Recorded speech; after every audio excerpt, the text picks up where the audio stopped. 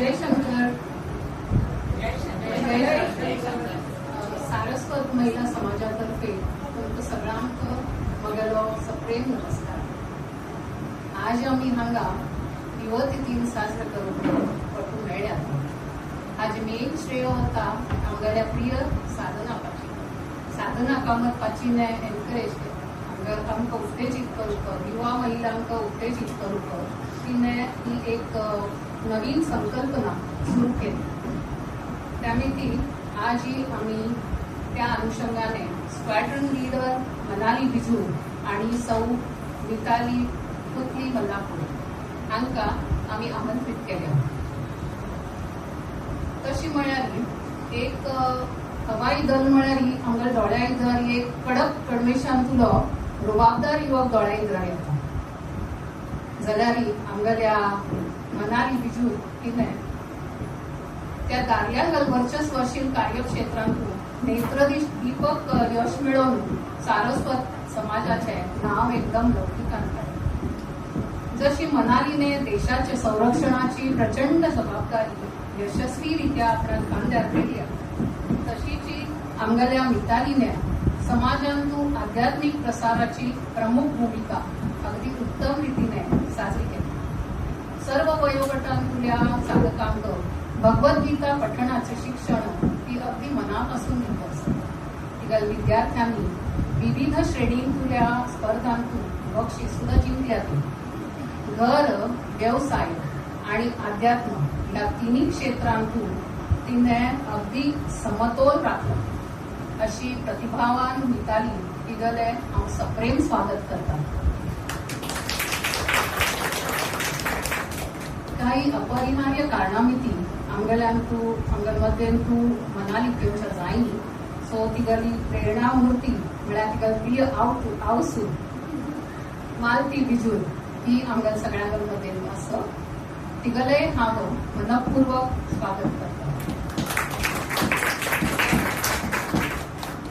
आता तुमकां सगळ्यांगले वेळांत वेळ काडून तुमी हांगा आयल्यांत आणि यांतून भाग घेता सती म्हणून हांव अगदी आदरपूर्वक तुमगेल आभार मानता. आणि मुखार आमच्या कार्यक्रमा खातीर हांव रूपा लोबो तिका नम्र विनंती करता की तिने हांगा येवंका आणि मनाली तिगल्या बद्दल विशेष माहिती अधिक माहिती आमकां दिवंका. धन्यवाद. Every generation produces people who choose comfort, and then there are those rare ones who choose courage. Born on 15th January 1993 at Khar, Mumbai, Manali displayed remarkable promise from a very young age. She began her schooling at J. Kulkarni English Medium School in Khar, where she excelled not only academically but also in extracurricular activities such as dramatics, debates and elocution. She later completed her secondary education at Parle Tilak Vidyalaya English Medium School in Velaparle. It was here, while she was in the 8th standard, that she attended a career guidance lecture by Captain Suresh Vanzari, a moment that ignited in her the dream of joining the armed forces, a dream she held on to with unwavering determination. Her academic brilliance was evident early on. From her 10th board examinations in 2008, she scored an exceptional 95 out of 100 in English language, securing a board rank and earning a gold medal presented by the state board education minister. After school, she joined Ram Narayan Julia College to pursue a Bachelor of Science degree. During her college years, she continued to excel both academically and in extracurricular pursuits. She consistently secured first class throughout her graduation and topped her college in the third year zoology. Alongside her studies, she remained focused on her childhood dream, preparing for the highly competitive defense entrance examination. Her dedication paid off when she cleared both the Air Force Common Admission Test, that is FCAT, AFCAT, and the Combined Defence Service Examination, that is CDSE, conducted by UPSC, both in her very first attempt. Difficult astamastaha. She chose to follow her calling and join the Indian Air Force. In December 2014, at just 21 years of age, she was commissioned as a flying officer in the Indian Air Force during an impressive passing out parade. She was then deputed to Air Force Defence College in Lucknow for specialized training as a fighter controller, a role that lies at the heart of aerial combat operations. A fighter controller plays a decisive role in modern airfare. Fighter aircrafts do not operate in isolation. They depend on a complex and a highly coordinated supported environment.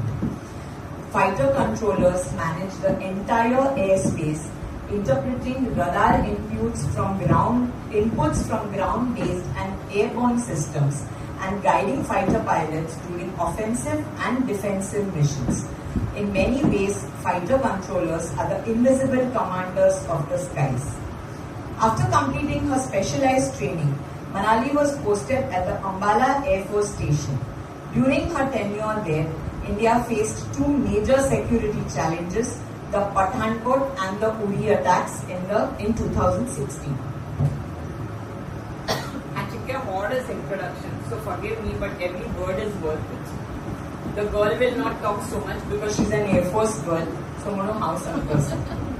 I have written this introduction after her interview. During this demanding period, she performed her duties with exceptional dedication and professionalism. Her precise and exemplary work earned her a commendation in October 2017 from Air Officer Commanding-in-Chief, Western Air Command, selected from more than 7,000 Indian Air Force personnel stationed in Ambala and Pathankot. Her role involved participating in numerous Operation Sorties. Sorties are official flights stimulating warlike situations under the Indian skies. Manali served in AWACS, AWACS, which stands for Airborne Warning and Control System, a sophisticated long-range radar surveillance system mounted on aircraft where the fighter controller must remain extremely alert and vigilant while managing the aerial picture in real time. AWACS and AEW&C systems considered force multipliers for any air force, providing long-range surveillance and command capabilities essential in both peacetime and wartime operations. Manali's career reached another historic milestone when she successfully cleared the stringent evaluations required for the AWACS operations. She became one of the first 3 women fighter controllers. I repeat, one of the first 3 women fighter controllers in the Indian Air Force to be trained for the airborne AWACS role, creating history. I think now you can clap loudly.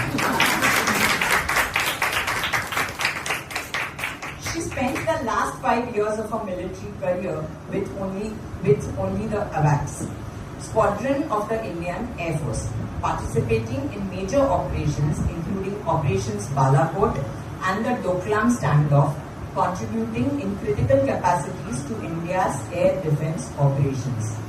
As she approached the completion of her 10-year service, Manali chose to embark on a new chapter and transition to the corporate world. Before leaving the armed forces, she attended a prestigious 6-month residential leadership program at the Indian Institute of Management, Lucknow. At the end of this demanding program, she once again distinguished herself by securing the first rank in order of merit. It's extremely creditable. I wish that girl was here. Today she continues her journey of excellence as a sales manager with Merck's. Behind her remarkable achievements lies a deep sense of gratitude. Manali attributes her success to her maternal grandmother, who encouraged to dream big and stood beside her like a pillar of strength throughout her journey. Or in Malti's here, but I think an equal power credit goes to Milind also, the daddy of this little girl. Her journey tells us that the sky is not the limit when determination fuels a dream. Ladies and gentlemen. Ladies and gentlemen, please put your hands together and welcome a woman who has truly touched the skies, Squadron leader Manali Bajoor. From Smita Bachi? Yeah. आपण hat trick करी तू compare करून एक gift घेतला चल दुसऱ्या नाव you think the third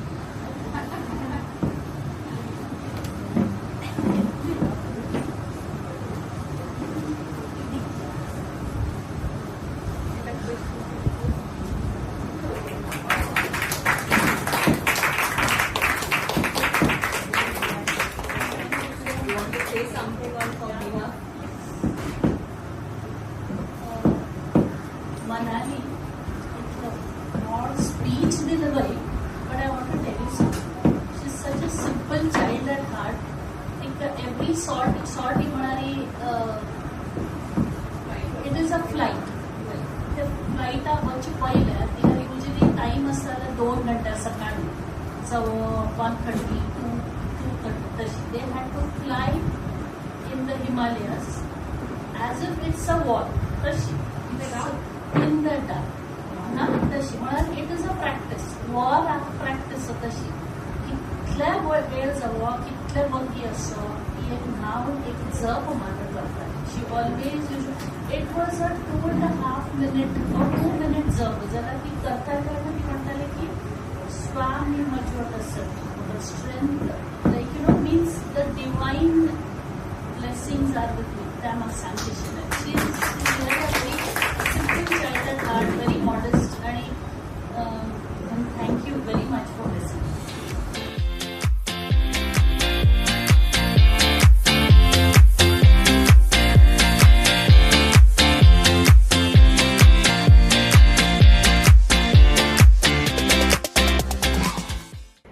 Good evening, Manali, and a very warm welcome to the first ever podcast of Saraswat Mahila Samaj. Firstly, can you tell us about who or what inspired you to join the armed forces? Namaskar, and a heartfelt thank you to the Saraswat Mahila Samaj for inviting me to be part of this wonderful Yuvati Din. It is truly special to be here amongst all these stalwarts who have championed women's rights and empowerment. I feel honored to share my journey with you today. As a child, I had a lot of innovative careers in mind. But my amma and my parents always gave me the confidence that my dreams were valid even if they were unconventional. And it was this freedom that allowed me to dream up careers right from being a cardiac surgeon to an archaeologist symbologist. I used to come up with something new every few months. But the real spark and the fire that came from a career guidance lecture by Captain Suresh Vanzari, who was an emergency commissioned officer who served in the Indian Army in the 1960s. I was in Standard 8, sitting in a crowded hall when he spoke about the honor of serving the nation in uniform. What he told me about the fact that you have to earn the uniform and that it cannot be handed over to you was something which attracted me. You had to earn it with your sweat and blood through your own merit. Nobody else could help you to do it. He spoke about the discipline, the pride, and the responsibility of defending the Indian skies. I remember thinking in that moment, this is what I want to do. This is who I want to be. That one talk changed the trajectory of my life. It showed me that inspiration can come even in a single moment, as long as you're open to it. When my parents heard of my decision, they were more than confident in me that I could achieve it. My amma was my guiding rock.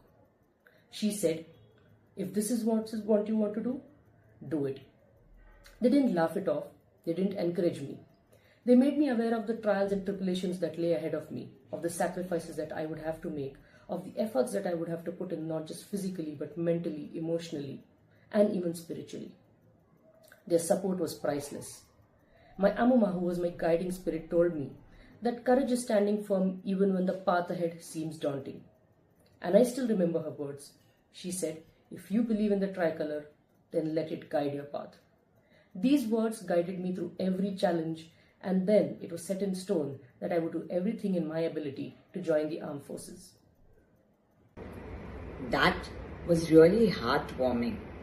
What is the process like, Manali, preparing for AFCAT, CDS, the SSB, and then the military training?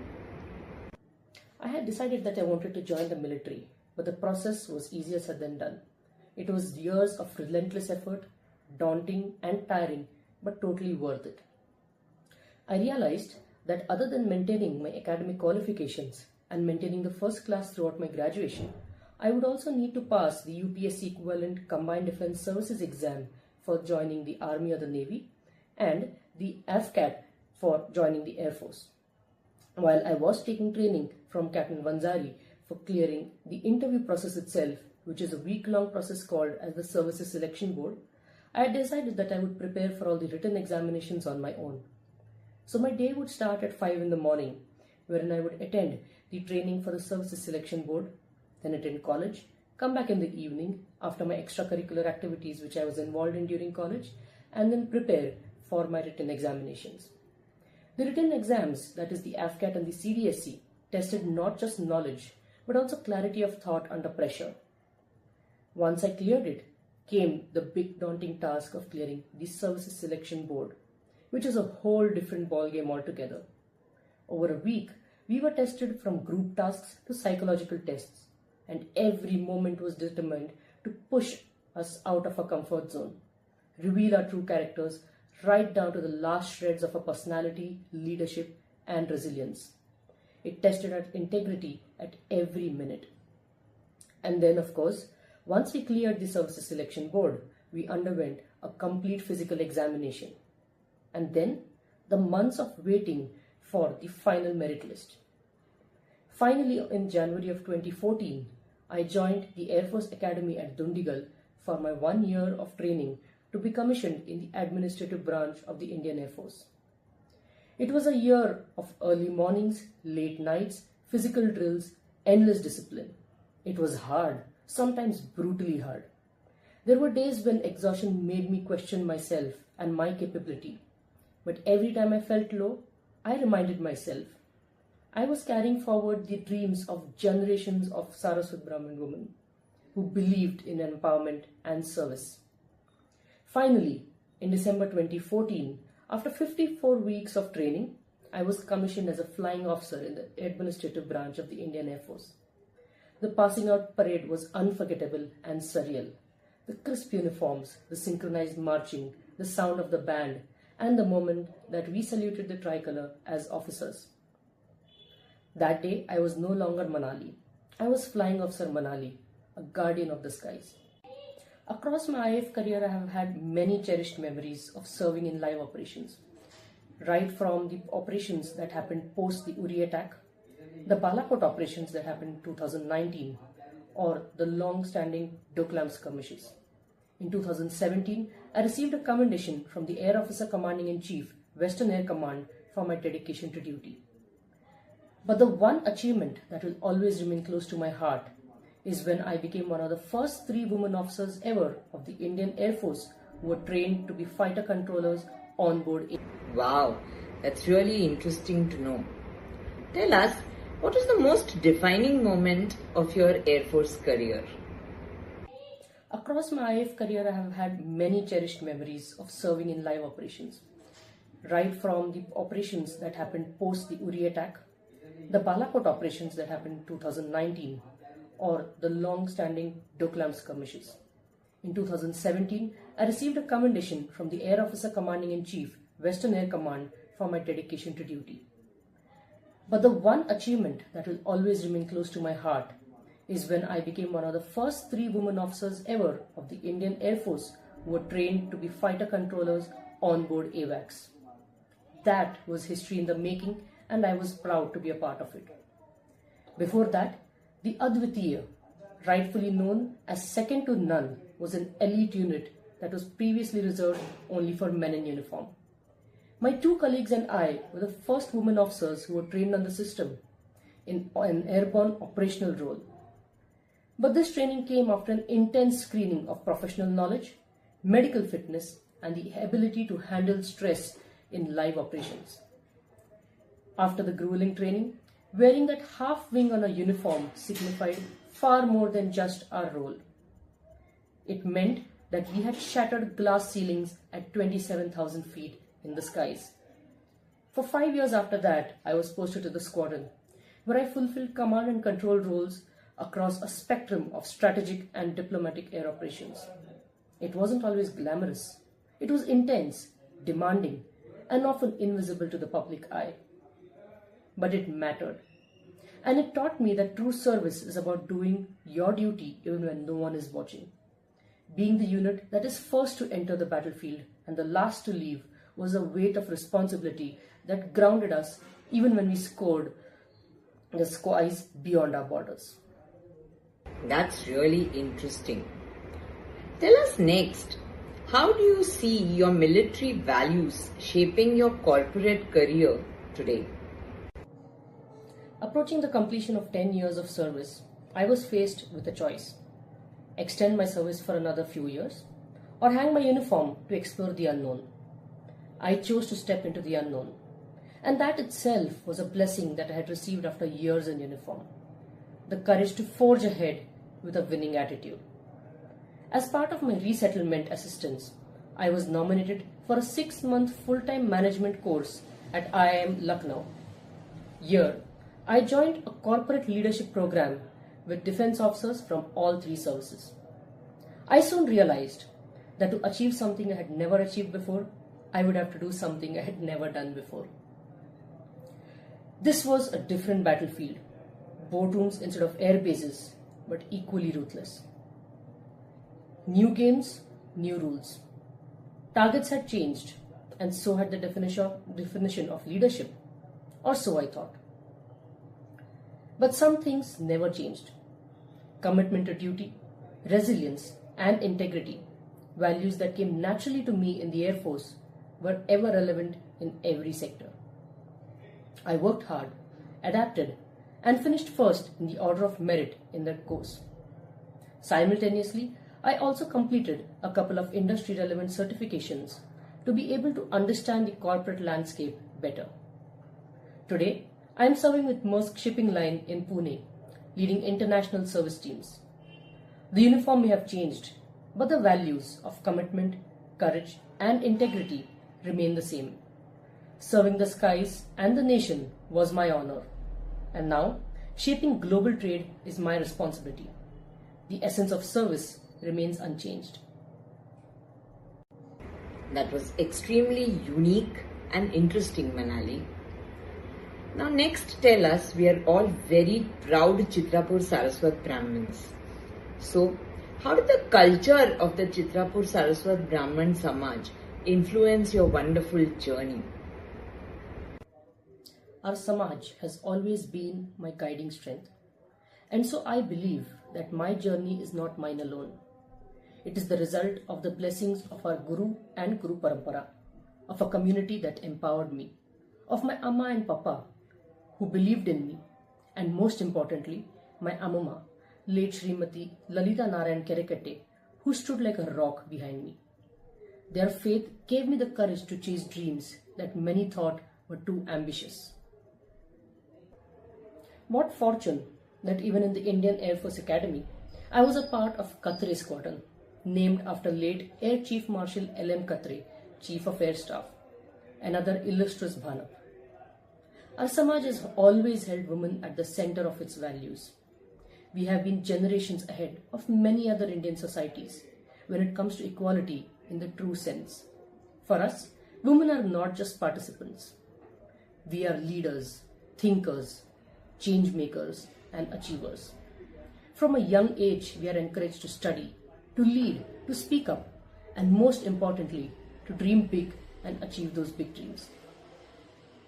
What makes a culture powerful is that integrity, discipline, and service are not just ideals. They are lived values for us. They are passed down through our families, through our stories, through our everyday examples of elders like my Amama. And it is this foundation that gave me the strength to step up to the armed forces and it continues to guide me in every role that I take on today. And that is the legacy I carry forward with pride. One that reminds me every day that when women rise, entire communities rise with them. Much as the audience and I both wouldn't like this interview to end, one last question as we close. What message would you like to give to young women of today? Before we close today, I want to speak directly to all the young women who are listening in. You are stepping into a world full of opportunities, but also full of challenges. My journey has taught me that the difference between those who only dream and those who actually achieve lies in courage and consistency. When I was a schoolgirl, the idea of joining the armed forces seemed far-fetched and sometimes downright audacious. But what kept me moving forward was the conviction that I was part of a tradition that believed in me. So my message to you is this: hold on to your ambitions, even when they feel impossible. Let your roots give you strength, let your discipline sharpen your path, and let your integrity define your journey. The world will test you, but remember, you are not just walking for yourself. You are carrying forward generations of women who believed in empowerment and service. And when you rise, rise with generosity.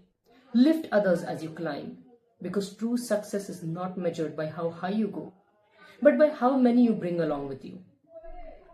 Dream audaciously, work relentlessly, and carry integrity in everything you do. That is the legacy I carry with pride, and that is the legacy I hope each of you will continue. Jai Hind. Thank you, Manali. That was really wonderful. It was wonderful to hear you. And thank you very much for doing this first podcast with us. And God bless you in your future endeavors, and may you scale greater heights than what you've already scaled, literally. And over to you now, Nandita, to introduce our next speaker for the day.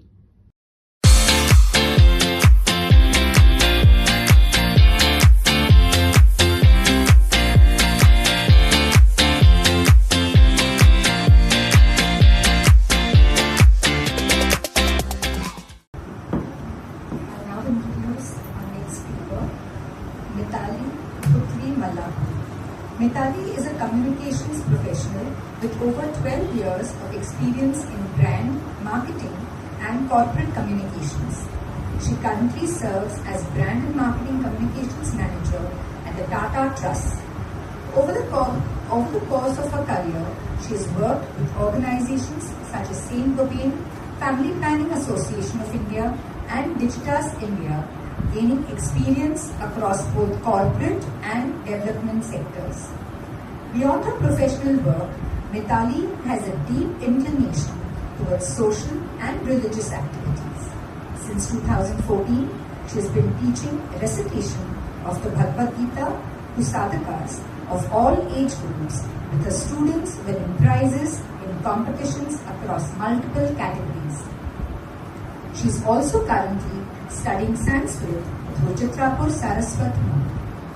She is further deepening her engagement with the language and its spiritual and cultural traditions. Alongside her professional and teaching commitments, Mitali also nurtures creative interests as a voiceover artist and acting. Mitali and her husband Chaitanya started Adhyatmik Anusadhanam page of Instagram and YouTube 2 years back by their interest and hobby to share information and knowledge about our culture, religion, heritage, and through shlokas, stories and temples. The page features videos of more than 10 lesser known temples in Mumbai and other places under the series Temple Trail, along with explanation videos on shlokas and festivals. I now request Mitali to come ahead and speak to us.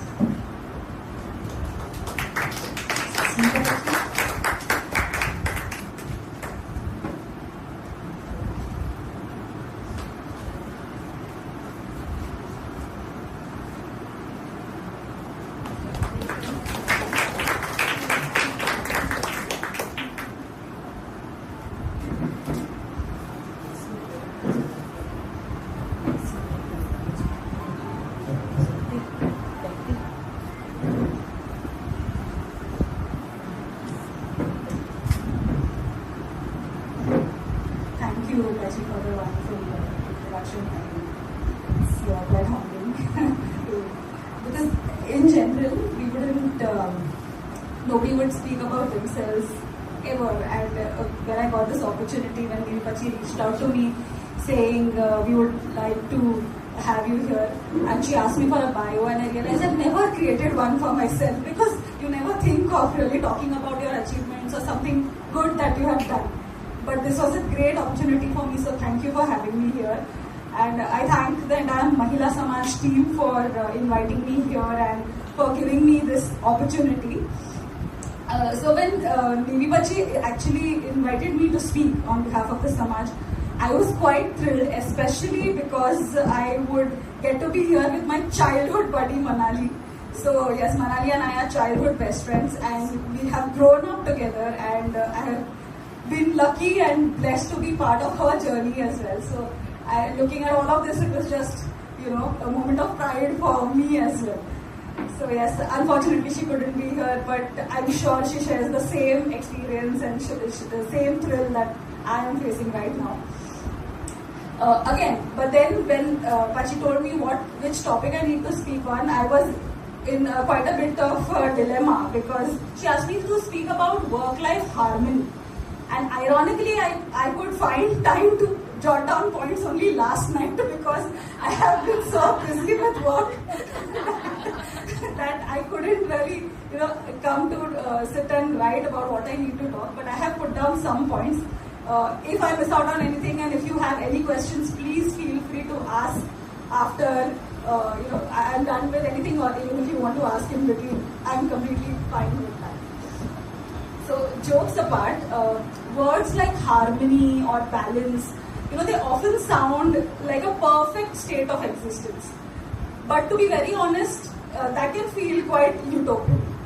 Because in real life, there is always something that takes precedence over something else.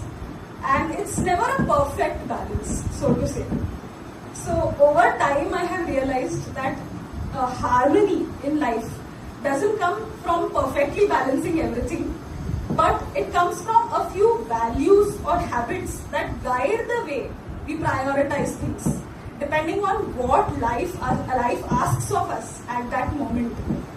So today I want to share a few such factors that have helped me navigate my journey. So I'll start with the first one. The first one was hunger to learn. To be honest, unlike Manali, I was never very ambitious in my earlier life. She always was, but I was never that ambitious in my early life. But I always had a strong urge to learn and a strong desire to learn more from whatever I was doing. So whenever I meet someone or I work with someone, I try to see what I can learn from them. It could be a skill or a trait or even a behavior pattern which would be probably working well for them. And if I feel that I can improve myself, I will definitely try to adapt it. So that's always been something that I have tried to learn from others. Because I truly believe that there is no end to learning, and that there is so much in the world to learn to nourish your mind and soul that it may take lifetimes to do that, to be honest. So things may, which may not necessarily get you a learning certificate or add to your CV, but they will definitely add to your learning in life on earth, in this lifetime. So that is something I truly believe in. The second point is grabbing the opportunity. So I have been blessed to receive the right opportunities at the right time in my life. As a child, when Chandrama Bijur Pachi somehow identified my potential and asked me to play the role of Sant Kabir in a play directed by her based on his life, I was clueless. Obviously, I was a kid of hardly 5 to 6 years of age maybe, and I didn't know anything, I didn't even understand it.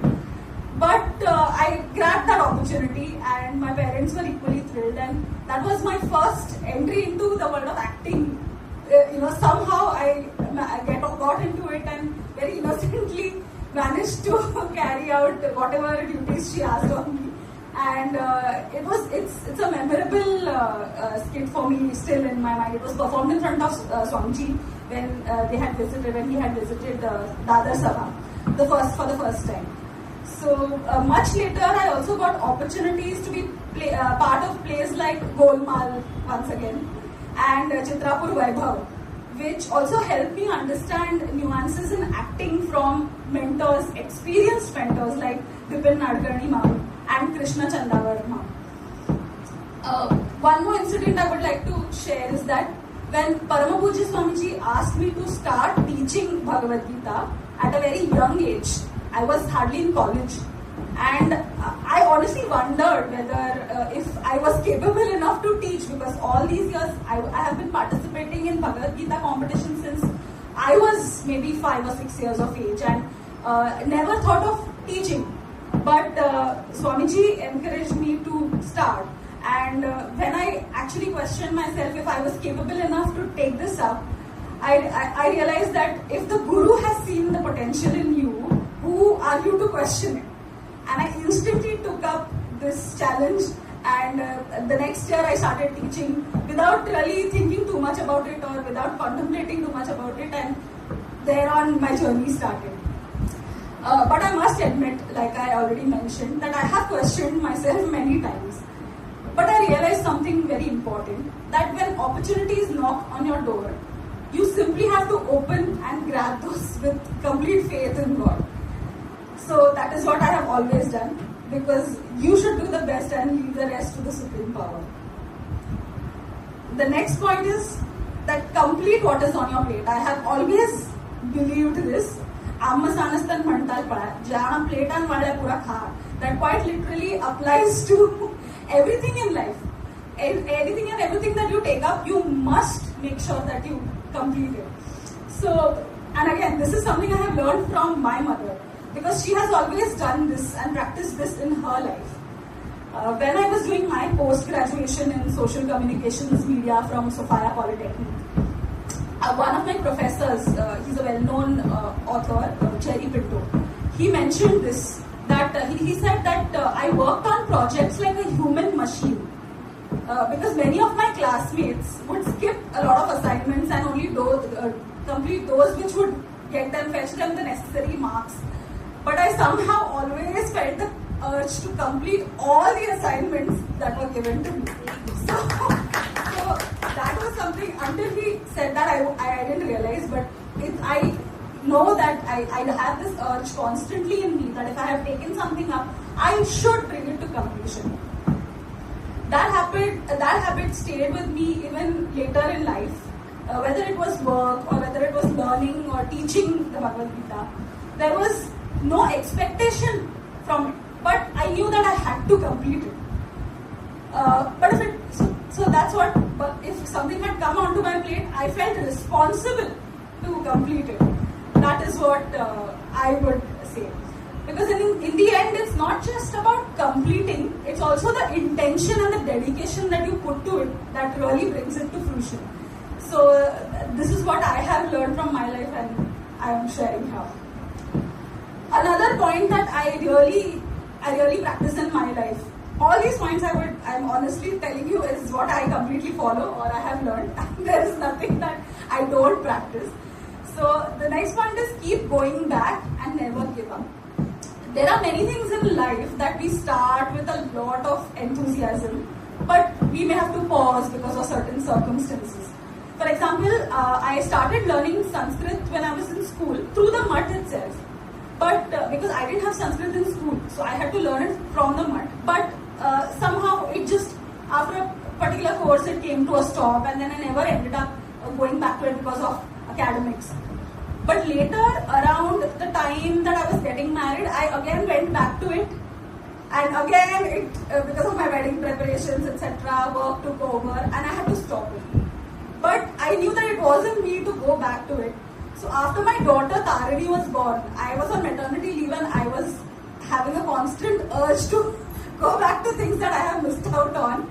And that's when I started Sanskrit again, and I was able to, over the period of 2 years, it took me slightly longer, but I was able to complete 2 of the courses in over 2 years.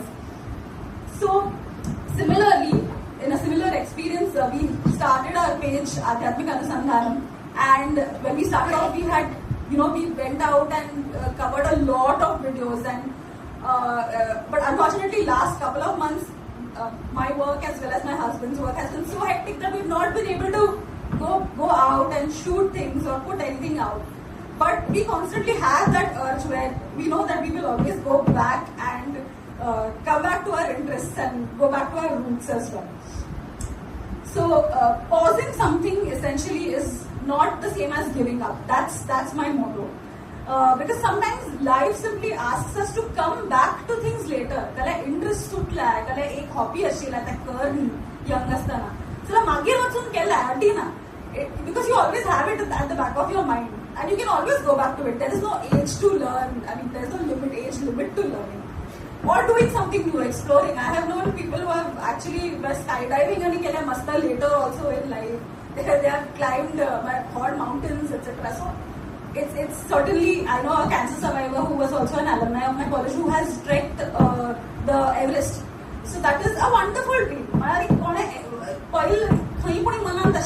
you may not have been able to achieve it. But later there is always time. I mean, you can always go back to it and achieve things. The next bit that I want to highlight is a very, very important part. If you want work-life harmony, nothing but a good support system will actually help you achieve this. So when we speak of work-life harmony, we often think that self-discipline is probably just one thing that, if you have, you'll be able to achieve things. But it's more important to have people who quietly support you behind the scenes.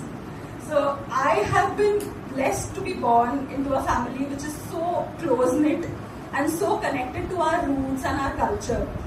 The values that my Amma Revati Gulwadi and Ajja Shikar Gulwadi, as well as my Annama Ajja, Geeta and Chandrasekhar Puthli, have passed down to their children and grandchildren, the devotion towards our Guru. All of this has been a blessing for me and inspires me every time. That is why the inclination towards our culture, towards the Samaj, is very naturally instilled in me. My parents and my sister, my brother-in-law, my nephew, my entire family rather, who have since childhood, my parents are Shobha and Dilip Puthli, who have since childhood encouraged my interests, who have always understood me without any judgment, as all parents do.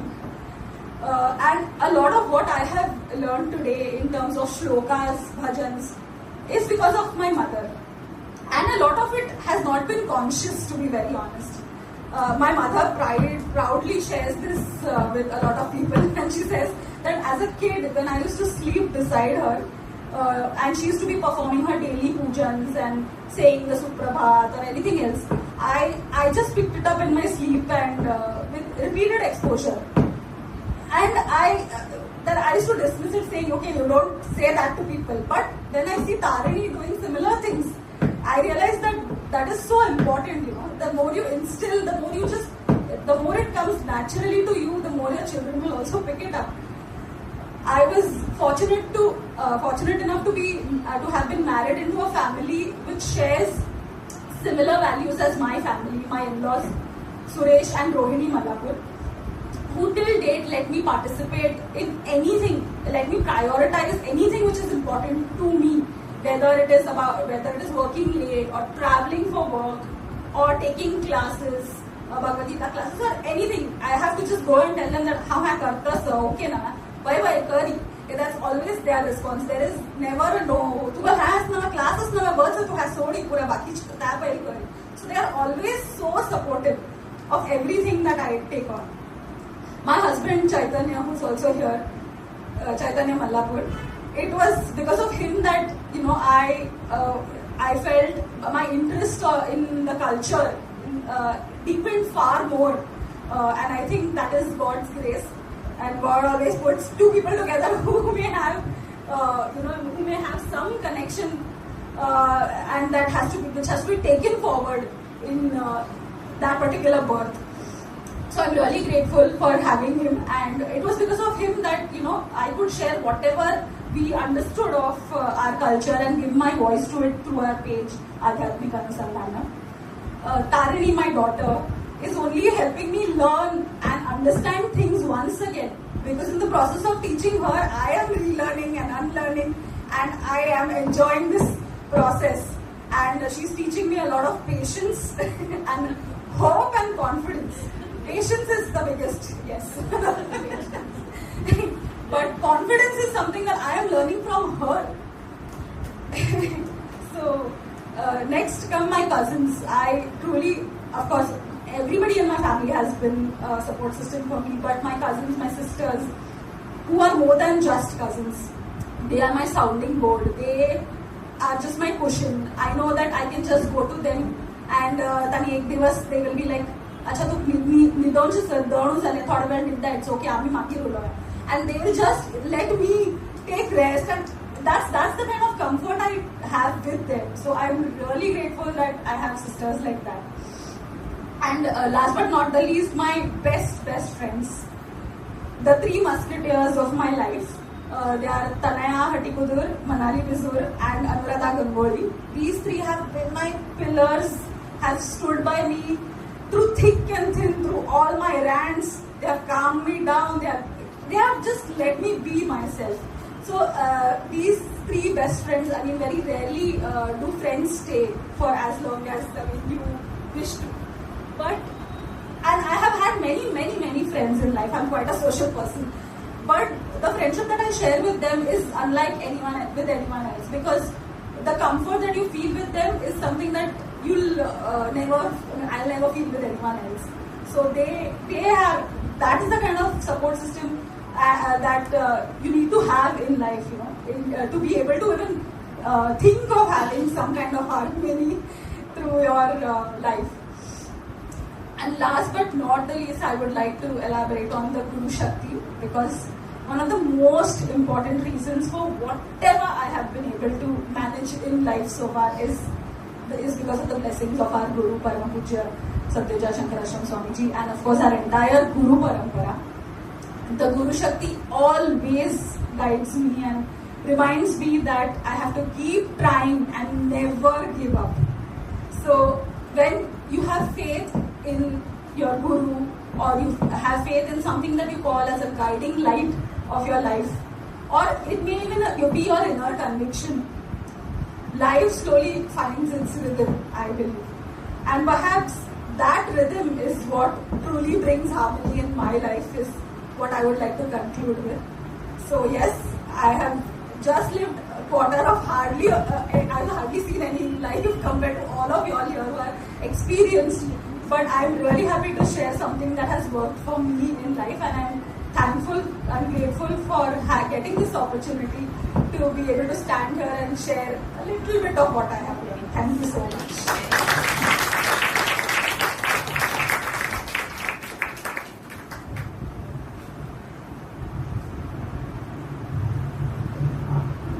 I have two questions. First and foremost, you made me realize that harmony in a woman's life is never harmonious. Like, see, till last night you were just thinking, but see how spontaneously it came. So it proves that a woman always multitasks. She's born like that. She's so uncommonly good. She's so good that she doesn't have to prioritize or make notes or something. It just comes naturally. And you are the best. You are the best. This is what I wanted to tell you. And the second question is, you've seen an apple. The apple at दोन्ही side आता, एक देण करी, एक dip करी. तशी तू दोन dip करती, dip कर लागतात की. बदल सांगू. और शेवटी आज चैतन्य. I love you, Mitali. I love you. Thank you, Malati. Malati has seen us through Ashi. Because we've played, Manali, myself and Anuradha, we've been playing Sanpad also. She's seen me grow up and she knows what it's been like. So thank you. These words also mean a lot to me. Any questions? Please feel free. Share questions. Related share purchase. Please feel free to share.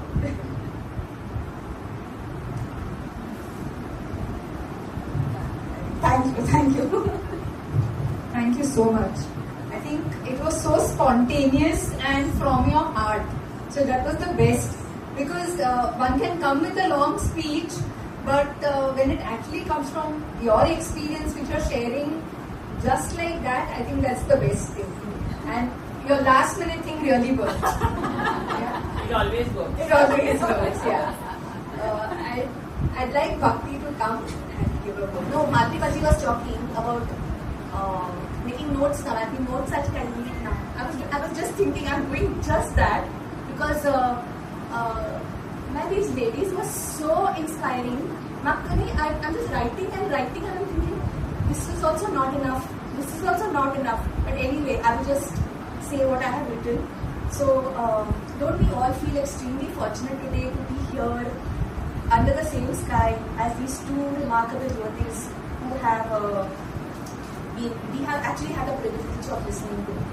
So we extend our gratitude to Manali and Malti Baji for being here, whose Air Force journey reached us through our debut podcast conversation, proving that distance cannot limit meaningful dialogue. Her story of a young teenager's dream pursued with determination and fulfilled through service and achievement is truly inspiring. It opens the door to many more.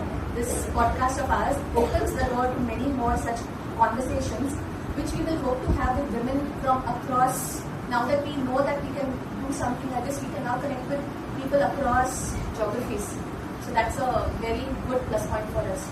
And great appreciation to you, Mitali, for you have beautifully reflected how the potential of the Yuvati of today, how navigating the digital and the spiritual with equal energy and commitment. And your journey has shown how opportunities that come in life can shape and transform us, especially when we are supported by a family that we are allowed to grow and explore and find out more about who we can be. Because we don't know till we actually step, we have to step into the water to know. So you are very fortunate, and so your journey reminded us that balance which we are talking about is not about perfection. It is about choosing priorities which are guided by your values and building a meaningful harmony between whatever life brings to us. So, and to all of you, our dear audience, thank you for being here and being a part of the celebration of this Yuvati Day and making it so meaningful. And please enjoy the refreshments which are kindly sponsored today by Srimati Vidya Kodyal in memory of Srimati Premlata Kodyal and Shri Kodyal Shankar. And we invite you all to our next program, which is the Lekhan and Sangeet Puraskar on the 29th of March, which is a Sunday. So we have some very special things in store. So please do come in large numbers and spread the word. Thank you so much.